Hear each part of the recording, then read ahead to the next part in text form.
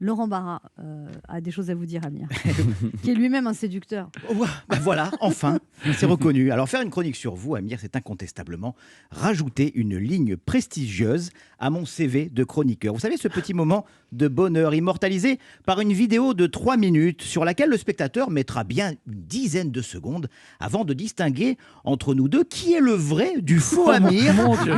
Tant selon ma marraine, qui ne souffre que d'une très légère cataracte ainsi que d'une cécité totale de l'œil gauche, trouve que nous nous ressemblons tous les deux, de vrais jumeaux, me dit-elle.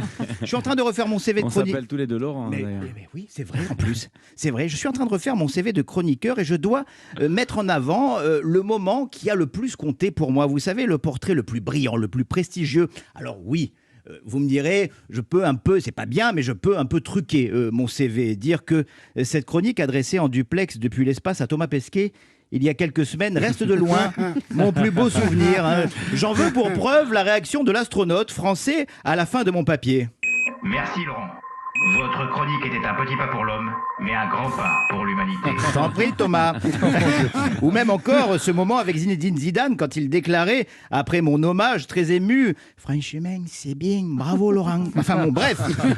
Il y a une belle imitation. Ah oui, bah oui. Ah, je les bosse, vous savez. Non mais pourquoi mentir et m'inventer une histoire qui n'est pas la mienne alors que ce matin nous recevons l'artiste, le chanteur, le compositeur qui correspond le plus au titre de cette émission. Ça fait du bien. En la personne de vous, Amir. Car oui, Amir fait du bien. Et c'est d'ailleurs ce que disait très souvent mon ex-copine quand elle restait des heures dans sa baignoire à vous écouter. « Oh, Amir, il fait du bien !»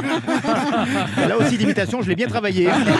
Elle est mieux réussie, celle-là. Et moi, oui. Alors ça avait le don de terriblement m'énerver parce que je ne comprenais pas encore à l'époque la vraie signification de votre message. Faire du bien aux gens, sans prétention, sans arrière-pensée. Car oui, effectivement, Amir fait du bien. Une volonté qui ne date pas d'hier. Hein. Lui, le dentiste de formation, et ceux qui ont déjà eu une rage de dents tout un week-end savent que la première chose que l'on dit quand on sort du dentiste, le côté gauche de la mâchoire encore endormi par l'anesthésie, c'est « Ah, ça fait du bien !» Je vais ajouter cette chronique dans mon CV de chroniqueur, Amir, pas pour frimer ni pour faire aller mon ex-copine. T'as vu, c'est à moi qui fait du bien ce matin.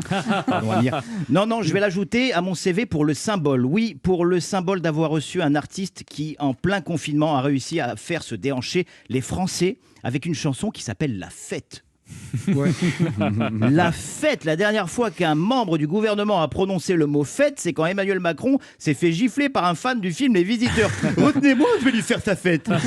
Non, en même temps, c'était pas vraiment une grosse baffe. Hein. Entre gifles et caresses. Voilà, entre gifles et caresses. Vous l'aviez vu celle-là aussi. Non, je vais garder cette chronique pour les sourires que vous provoquez, ceux du public bien évidemment, mais aussi ceux de votre entourage, notamment celui de votre père. Très beau sourire d'ailleurs, Anne.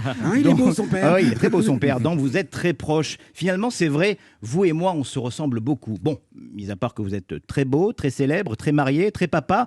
Mais quand j'aurai des gosses, si un jour j'en ai, je leur dirai qu'en 2021, on a reçu Amir, que j'ai fait une chronique sur lui et que finalement, mon ex avait raison. Ça fait vraiment du bien. Merci.